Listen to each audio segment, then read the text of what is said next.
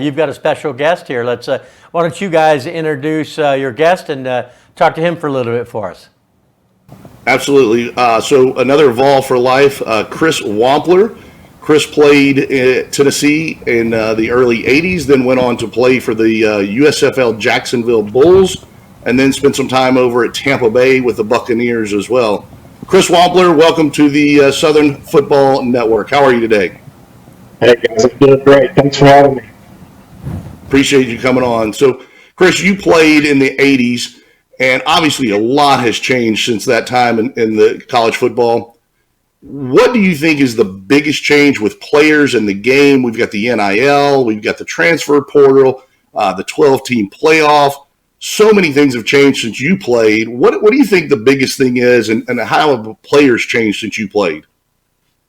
Bigger, faster, stronger is always a key as athletes develop. To say that I couldn't, or any of my teammates, Reggie White or those guys couldn't play today, I'm not sure, but I think we probably could. But on the same token, it's an overall program for those kids. We had a lot of time off, and it was more like, you got to do it on your own. They don't have any time off, so their programs are much higher rated than what we had.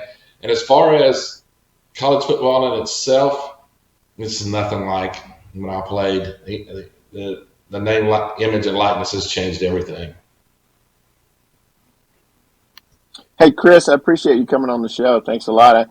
I know that while you were fighting through double teams and triple teams, that your buddy Reggie White was getting a lot of sacks and things. But could you talk a little bit about maybe some upperclassmen or some coaches that really took you under their wing and sort of helped you navigate the college football waters back in the 80s? We got to understand something at Tennessee. Forever, up until the time that Philip Fulmer left, there was always a Tennessee guy at Tennessee. You think about it, through the years. So you had the Philip Fulmers, you had the Johnny Majors, but a lot of the assistant coaches also were former Vols. My coach in itself was Frank Emanuel. Frank was an All-American linebacker at Tennessee.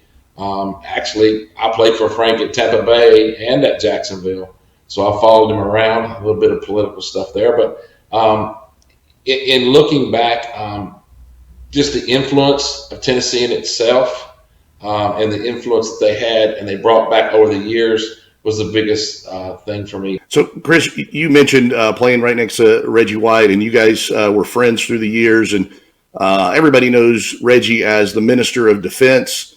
That's kind of his moniker there, and he was very open with his faith. So, talk about your relationship with Reggie, and talk about your faith and how that's helped you through your playing career, and now as a business owner in your business career.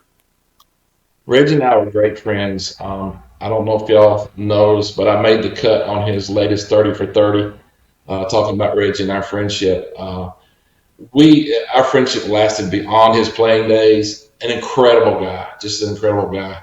Taken away too soon. His faith was everything for Reggie.